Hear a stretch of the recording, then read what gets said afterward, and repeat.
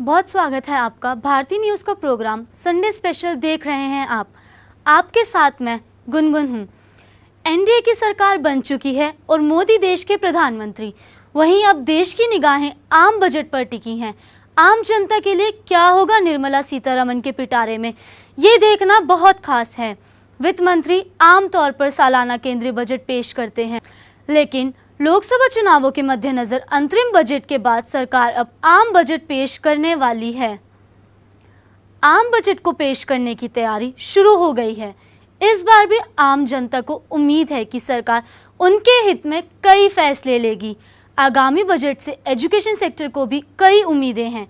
Education sector को उम्मीद है कि इस आम बजट में वित्त मंत्री निर्मला सीतारमण शिक्षा क्षेत्र को बढ़ावा देने के लिए अहम घोषणा कर सकती हैं। आम बजट में सरकार उच्च गुणवत्ता वाली शिक्षा सुनिश्चित करने के लिए ज़्यादा बजट आवंटित कर सकती हैं। सरकार ग्रामीण क्षेत्रों में स्कूलों और कॉलेजों की स्थिति सुधारने के लिए भी कदम उठा सकती हैं। इसके अलावा डिजिटल एजुकेशन के लिए भी घोषणाएं होंगी, ऐसी संभावना है। कोरोना महामारी के बाद एजुकेशन सिस्टम में बहुत बदलाव हुए हैं। कोविड-19 के बाद ऑनलाइन एजुकेशन को बढ़ावा मिला। ऐसे में सरकार डिजिटल उपकरणों और इंटरनेट की उपलब्धता बढ़ाने के लिए योजनाओं की घोषणा कर सकती हैं। बजट में शिक्षक प्रशिक्षण और विकास के लिए भी प्रावधान हो सकते हैं।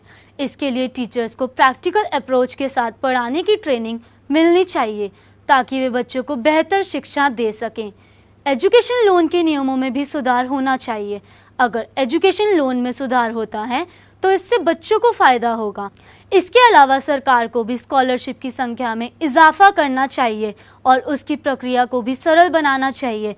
वहीं इंफ्रास्ट्रक्चर को मजबूत करने पर भी जोर देना चाहिए। अगर सेक्टर का इंफ्रास्ट्रक्चर अच्छा होता है तो इससे स्टूडेंट को पढ़ने के लिए अच्छा एनवायरनमेंट मिलेगा। मोदी सरकार के तीसरे कार्यकाल का पहला सत्र शुरू होने के साथ ही अब सभी को बजट सत्र का इंतजार है। उम्मीद है कि मोदी सरकार के तीसरे कार्यकाल का पहला बजट 22 जुलाई को पेश हो सकता है।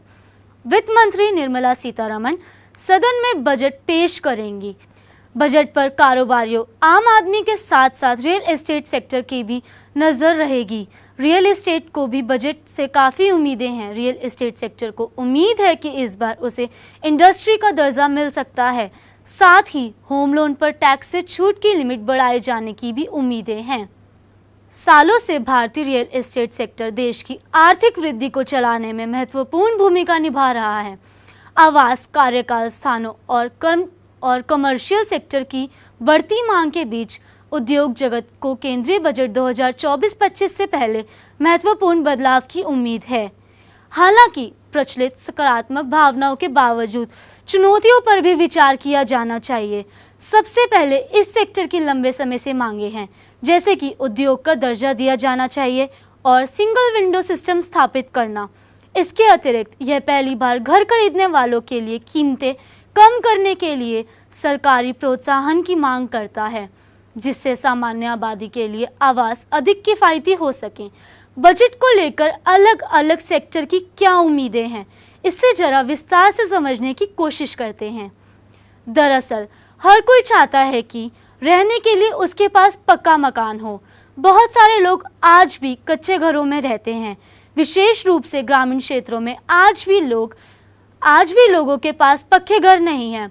सरकार ने इस समस्या को पहचान लिया है और इसके लिए बहुत समय पहले प्रधानमंत्री ने आवास योजना की शुरुआत कर दी थी। प्रधानमंत्री आवास योजना के अंतर्गत बहुत ही कम ब्याज दर पर 20 वर्षों तक के लिए आपको लोन मिल जाता है। आप जो लोन लेते हैं उसके ऊपर आपको मात्र 6.50% का ब्याज देना होता है। विशिष्ट समूह के लोग जैसे दिव्यांगजन या वरिष्ठ नागरिकों को बहुत कम ब्याज दर पर लोन दिया जाता है। मैदानी इलाके में निवास करने वाले पात्र नागरिकों को 1,20,000 तक की सहायता दी जाती है। वहीं पहाड़ी क्षेत्रों में रहने वाले नागरिकों को 1,30,000 रुपये तक की आर्थिक सहायता दी जाती है। इस योजना के अंतर्गत अगर आप अपने घर में शौचालय का निर्माण करते हैं तो 12,000 तक की अतिरिक्त सहायता दी जाती है। योजना के अंतर्गत मिलने वाली राशि सीधा आपके बैंक खाते में ट्रांसफर की जाती है। वित्त मंत्री निर्मला सीतारमण ने केंद्रीय बजट 2024 के लिए अपने भाषण में दोहराया कि पिछले 10 वर्षों में उच्च शिक्षण संस्थानों और स्टेम पाठ्यक्रमों में महिलाओं की संख्या में वृद्धि हुई थी। उन्होंने आगे कहा कि राष्ट्रीय शिक्षा नीति परिवर्तनकारी सुधार की शुरुआत हो सकती है। 2024-25 के बजट में महिलाएं एवं बाल विकास मंत्रालय को 26,000 करोड़ रुपए का आवंटन मिला, जो पिछले बजट से 2.52% अधिक की गई। सक्षम आंगनवाड़ी और पोषण 2.0 कार्यक्रमों को 21,200 करोड़ रुपए के साथ सबसे अधिक धनराशि मिली। इसके बाद महिलाओं की सुरक्षा और सशक्तिकरण पर केंद्रित मिशन शक्ति को 3,145.97 करोड़ रुपए मिल सकती है। इस बार भी वुमेन एम्पावरमेंट पर सरकार कितने रुपए खर्च करने का प्रावधान करती है, देखना दिलचस्प होगा। वित्त मंत्रालय कर छूट भारी पुरानी व्यवस्था में बदलाव किए बिना नए व्यवस्था के तहत आयकर दाताओं के लिए मानक कटौती की सीमा बढ़ाने पर विचार करेंगी। विशेषज्ञों का अनुमान है कि सरकार मिडिल क्लास को तोहफा देते हुए इनकम टैक्स में रिबेट की सीमा बढ़ा सकती है। इससे जुड़े बजट में कई बड़े ऐलान भी कर सकती हैं। वहीं स्टैंडर्ड डिडक्शन को लेकर भी सबकी निगाहें टिकी हैं। इसमें 50,000 की छूट को 1 लाख तक बढ़ाने की मांग की जा रही है, जिसका सीधा फायदा नौकरी पेशा लोगों को मिलना तय है। इसी को लेकर हमारे संवाददाता सुमोना वंश और ईशाश्री ने लोगों से बातचीत की और जाना कि उनका क्या कहना है बजट को लेकर। आइए जानते हैं। देखिए, बजट जो नई अभी गवर्नमेंट आई है, मोदी गवर्नमेंट 3.0, मेरी एक्सपेक्टेशन है कि वो एमएसएमईज के लिए बजट में रखे कि स्मॉल स्केल इंडस्ट्री हो। जब तक स्मॉल स्केल इंडस्ट्री हमारी ईज ऑफ डूइंग बिजनेस में आगे नहीं जाएगी तो हम लोग ग्लोबल वर्ल्ड से कम्पीट नहीं कर पाएंगे। तो मेरा मेन जो है कि आप मशीनरीज के लिए और इंपोर्ट के लिए हाई टेक्नोलॉजी मशीन्स को इंपोर्ट करने के लिए गवर्नमेंट एमएसएमईज को सपोर्ट करे ताकि वो प्रोडक्शन बेस्ड काम करे, और प्लस लेबर लॉस को थोड़ा सा लिबरलाइज करे एमएसएमईज के लिए। Government should pay more attention to the chronically poor population and जो churning poor है, जो आते जाते रहते हैं poor, और उससे उन पे ज़्यादा ध्यान देना चाहिए। एंड जो लो मिडिल क्लास है तो tax bracket should be increase to about 12 lakh 15 lakh.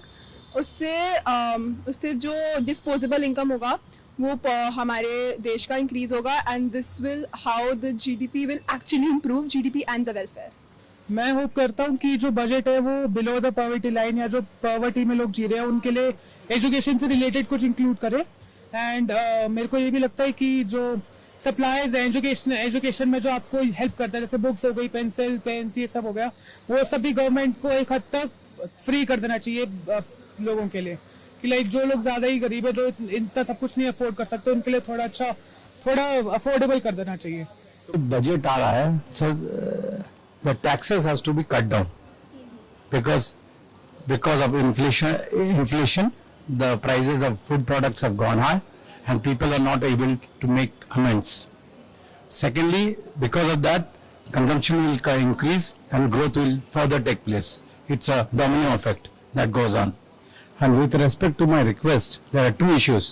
Number one is housing for the middle class. Everybody talks about housing for the poor. Housing of the rich, they can afford it. But the middle class, there is no. They spend their whole lifetime in buying a house only and not enjoying the goodness of life, as in foreign countries like Norway and other countries. Second thing is that the old age people are very unwanted nowadays in India, and also the handicapped like me, because they are not treated very well. Still further, there should be special benefits for them, for old people to have old age homes, pension benefits, and after 60 they have now introduced, so after 70 years they will be paying about 10,000 rupees per month. That's a good idea. So that's it. These are my two requests for the Finance Ministry, Nirmala Sitharaman. बस वो अगर India के favour में हो हमारी growth के लिए तो ज्यादा बेटर है, और जीएसटी थोड़ी कम हो चीजों पे ताकि लोगों के फेवर में काम जाए। जो मिडिल क्लास फैमिलीज हैं उनके लिए फायदा हो। मेन बजट का मोटिव वो है, बिकॉज रिच को इतना फर्क नहीं पड़ता और पुअर को इतना फर्क नहीं पड़ता जितना बजट का direct effect middle class family को होता है। वो क्या प्रॉफिट होगा, मिडिल क्लास तो हमेशा डाउन ही रहता है, या तो गरीब गरीब रहता है, अमीर अमीर और बनता जा रहा है। ठीक है, हम लोगों को तो कुछ नहीं है, हर चीज़ के रेट बढ़ते जा रहे हैं। क्या चीज़ नहीं बढ़ रही, हर चीज़ के बढ़ रहे हैं रेट। कुछ भी ले लो आप, कोई ऑयल ले लो, सिलेंडर ले लो, पेट्रोल ले लो, क्या नहीं बढ़ रहा। तो मिडिल क्लास की दामदन वही है, मिडिल क्लास तो वहीं का वहीं है। तो ज़्यादा बिजनेस में बोल, जो ज़्यादा बिजनेस तो चढ़ता जा रहा है, और जो डाउन है गरीब है। नए बजट के अंदर सबसे बड़ी प्रॉब्लम है जो मिडिल क्लास आदमी है उसके लिए बहुत सारी परेशानियां हो रही हैं। कोई भी चीजें मार्केट से खरीदते हैं, कभी मिडिल क्लास के लिए हर चीज के ऊपर टैक्स पड़ता है। चीज होगी हमारी 500 रुपए की, उसके ऊपर 18% टैक्स देना है। चीज हमें बहुत महंगी लगती है और जब कितने बजट से बाहर जाती है। कोई चीज मेंटेनेंस कराने जाते हैं, स्कूटर में पेट्रोल लेने जाते हैं, पेट्रोल उसको मेंटेनेंस कराते हैं, हर चीज पर टैक्स है, जो कि अननेसेसरी प्रॉब्लम क्रिएट हो रही है, जो कि आम आदमी के लिए बहुत बड़ी परेशानी है।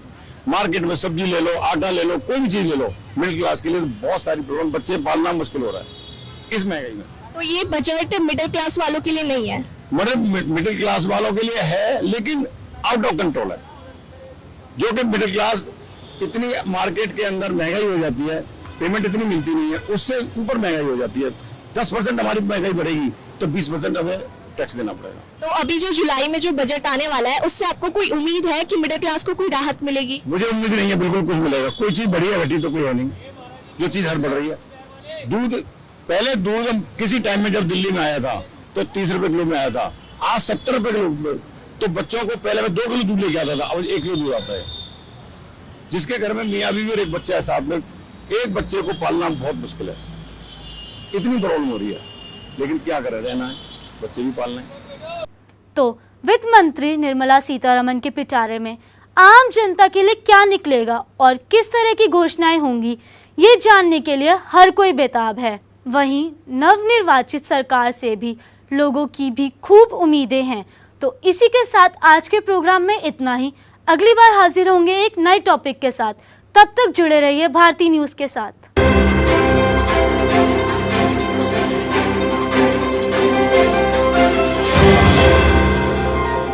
भारती न्यूज़, सीधा, सटीक और निष्पक्ष।